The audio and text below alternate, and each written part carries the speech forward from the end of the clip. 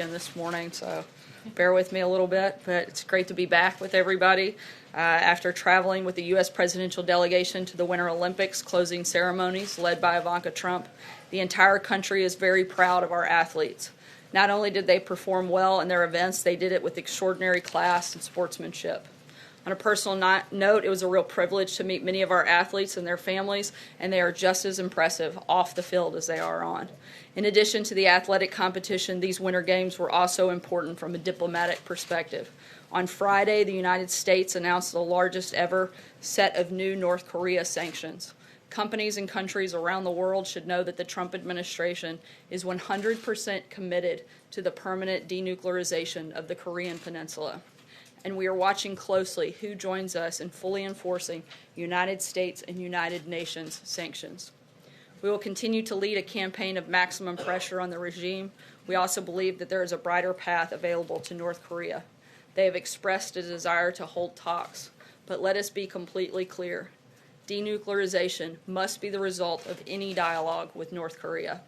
Until then, the United States and the world must continue to make it known that North Korea's nuclear and missile programs are a dead end. Here at the White House today, the President was pleased to welcome America's governors. The governors participated in breakout sessions on pressing issues facing our states. Perhaps most importantly, the President led a session on safe schools and safe communities. It was a productive dialogue with our state leaders and came on the heels of other listening sessions the President hosted with survivors, students, teachers, family members, and local officials. The President is committed to ensuring the safety of our schools and communities, and he wants to hear ideas from Americans of all backgrounds and beliefs. He believes we must make our schools a much harder target for attackers. We must protect the rights of law-abiding Americans while keeping guns out of the hands of those who pose a danger to themselves and society. And we must create a culture that cherishes life and human dignity, condemning violence rather than glorifying it. The President will not rest until these goals are achieved. Finally, I'm pleased to officially announce the first state visit of the Trump administration. The President and First Lady will welcome President and Mrs. Macron of France to the White House on April 24th. This visit will advance American and French cooperation on economic and global issues and deepen the friendship between the two countries. And with that, I'll take your questions. John. Sarah, does the President believe that Sheriff Israel of Broward County should step down, and also the Broward County deputy who has been who resigned, Scott Peterson, has come out with a statement saying he believed that he was acting appropriately. He thought the gunfire was coming from outside the school, and that he was taking steps to ensure that he was in a position to be able to respond to this. Can I get your response on both of them? Sure. The President feels, in terms of his employment, that should be left up to local officials to make that determination. But he has been very clear in his public comments on how he feels about the situation specifically. But that's a decision that should be left up to local officials. And Sheriff Israel, should he step down? Again, those are decisions that should be left up to the local communities and the local officials, and not the President. Margaret. Sarah, can you specify, the President did not mention whether he actually wants the age limit still lifted to 21, something he had previously spoken about. Can you clarify if that's still his position? Will lawmakers be coming to the White House, and did the President mean to say today that he will be asking for a law to be crafted on bump stocks if it doesn't follow through this executive directive he's asked the ATF to craft? A lot of questions. Let me see if I can answer all of them. I'm sure you'll remind me if I missed something. On bump stocks, the President did sign an executive memo directing the ATF and Department of Justice to work on outlawing bump stocks, so we don't have to wait for a legislative fix. However, if we cannot find an administrative fix, we would support a legislative solution to complete that. On whether or not he's going to be meeting with lawmakers, the President is planning a meeting for Wednesday with bipartisan members of Congress. We'll have further details on that later in the week to discuss different pieces of legislation and what they can do moving forward. In terms of, I think the last question you had was the age limit. Something still being discussed, but a final determination and legislative piece has not been determined on that front yet. Is that why he didn't mention it today, but he had mentioned it in the past? Is he reconsidering how that should be implemented? In terms of the concept, there's still support for that, but how it would be implemented what that might look like is still very much part of the discussion. Shannon. Under General Kelly's new policy on security clearances, can you describe how many people today lost their access to classified information today? As we've said many times before, we're not going to discuss individual clearances. That goes to a broader number or an individual number, so I'm not going to get into that today, just as I haven't in the past.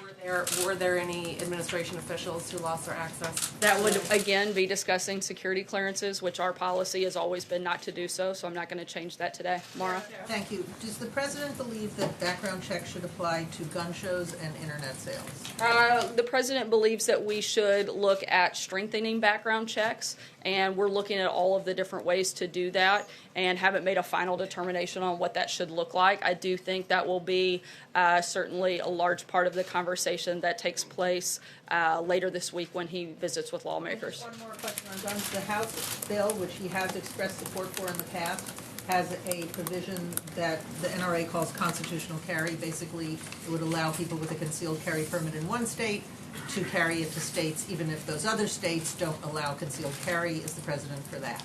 I know he has been in the past. I haven't talked to him about it recently, so would have to follow up with you. Dave? Sarah, the President's been getting a lot of pushback during the governor's meetings about his proposal to allow more adults in schools to carry guns. Governor Inslee this morning, for example. Has the White House heard from any jurisdiction, any school board, any state that is actively pursuing this, where they don't already have that authority? We've definitely heard from individual teachers and school personnel that support it, but look, we're not advocating for the arming of every single teacher in the school. There are teachers and other school personnel who have experienced pre-existing training and the desire to be part of something like this. We're still listening and making and determining the best steps forward, but we think that hardening our schools and protecting our students with trained personnel is a viable path and one that we're very much looking at. But a final determination on what that would look like hasn't been made and will certainly involve state, local, and federal officials all weighing in, which is a lot of what you've seen over the last couple of weeks. We've had a number of different stakeholders involved. I think you've had some voices from the very most conservative to the most liberal side, and we're looking to bring all of those groups together and determine the best path forward to do the very most that we can to make sure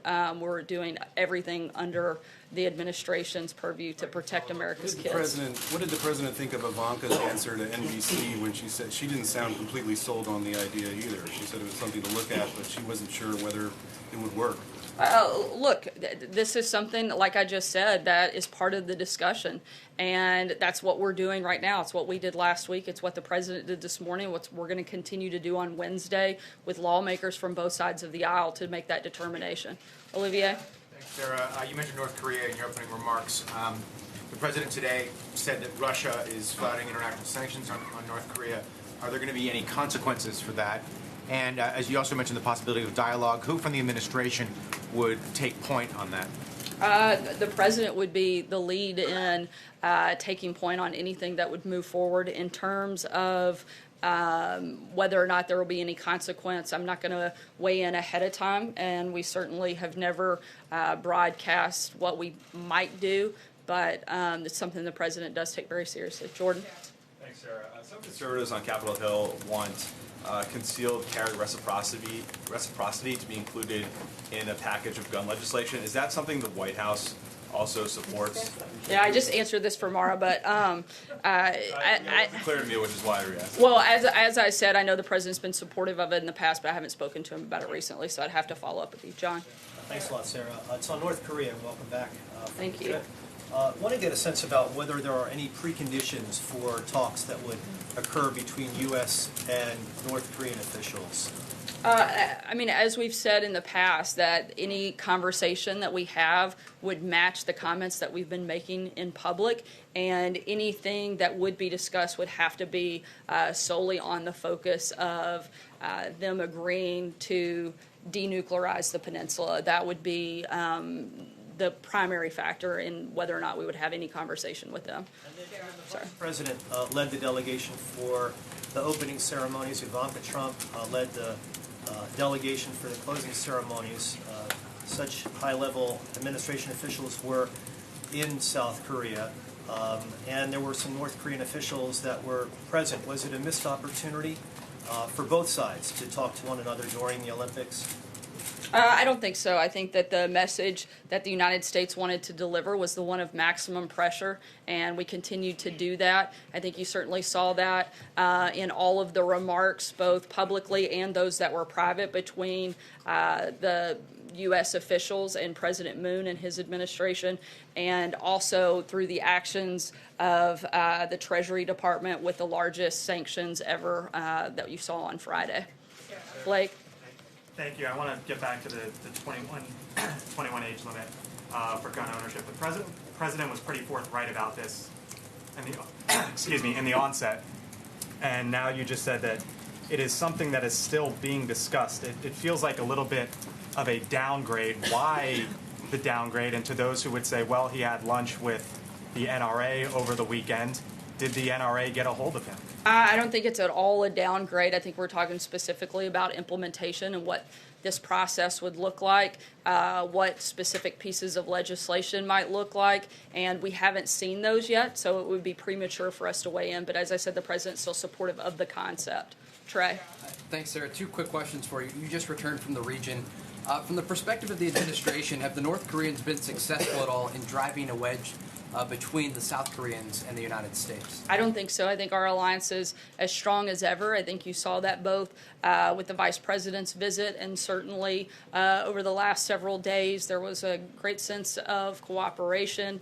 And I would say that alliance is still very much strong. There's no daylight between us and the South Koreans, particularly on what needs to happen moving forward. And on the Syrian ceasefire, is the president concerned about the continuing violence despite the fact that there's been a ceasefire brokered for the region?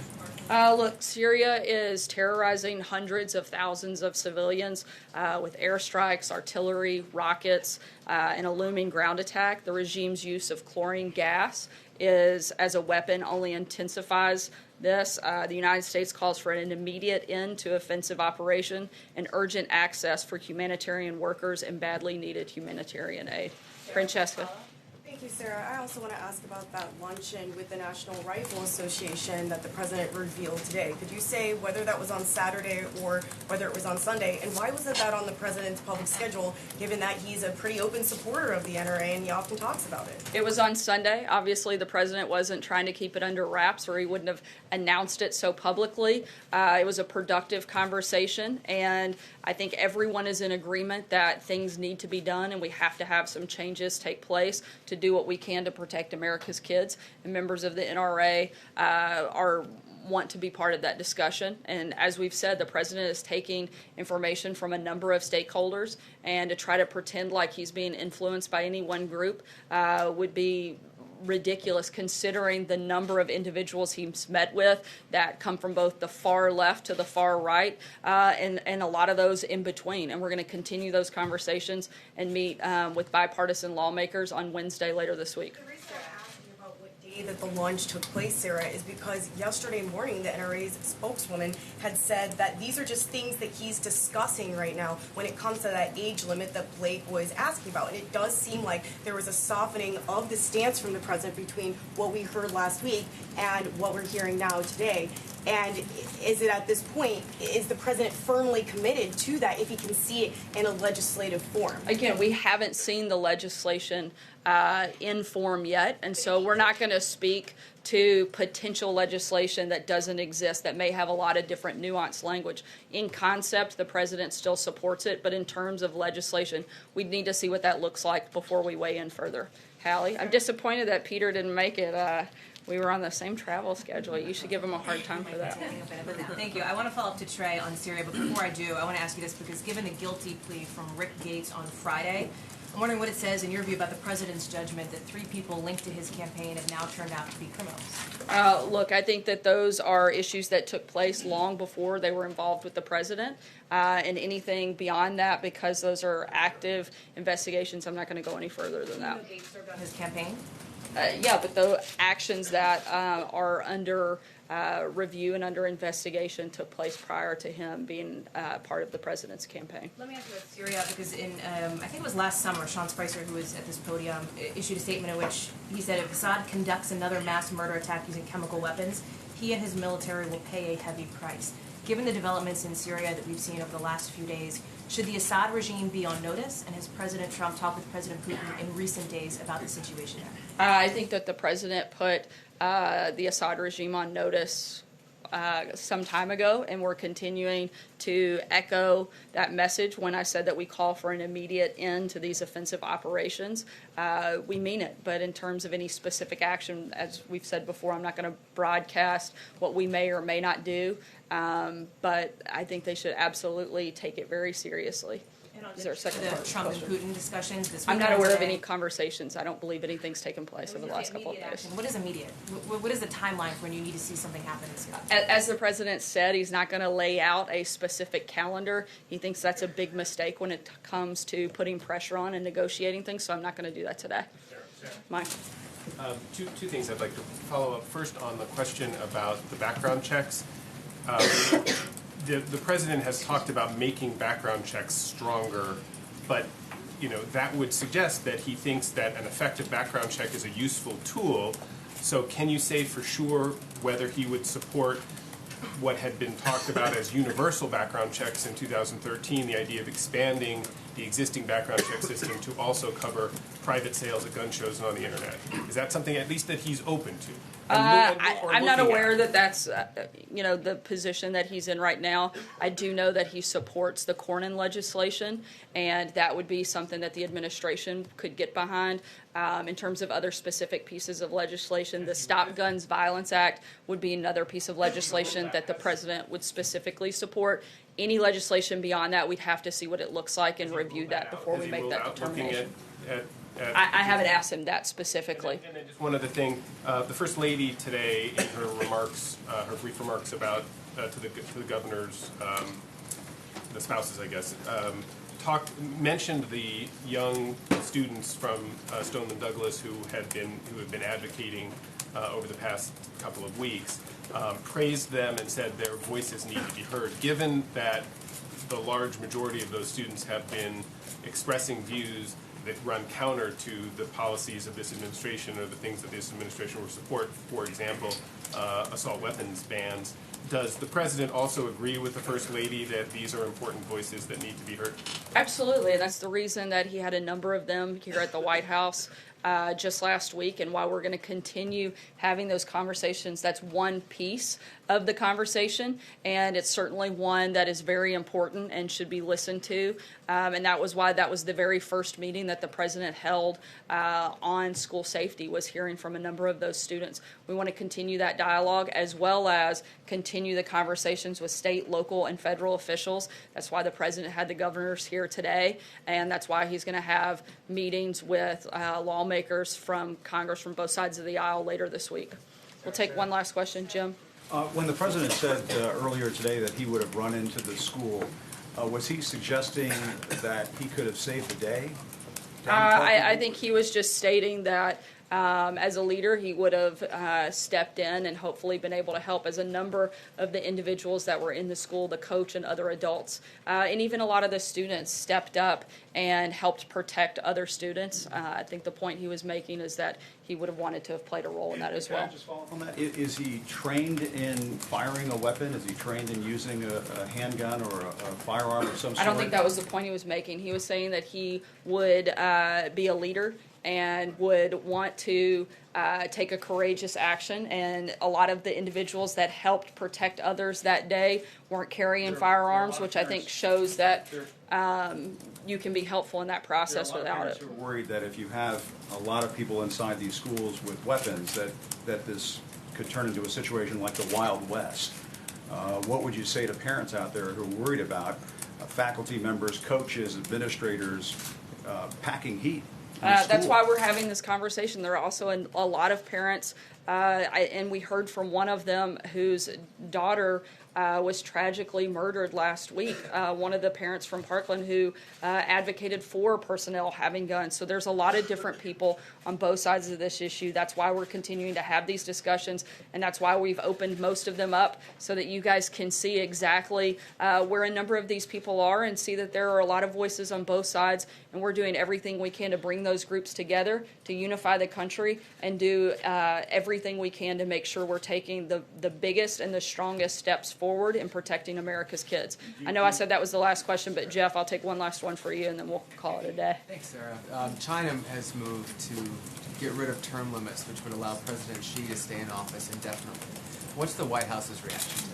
I believe that's a decision for China to make about what's best for their country. But as you know, the president's talked about term limits in a number of capacities during the campaign, and something that he supports here in the United States. But that's a decision that would be up to China. Thanks so much, guys. Hope you have a great day. Maybe we'll do a little bit longer tomorrow after I get a full night's rest. Gabby Giffords as well. He met with the NRA.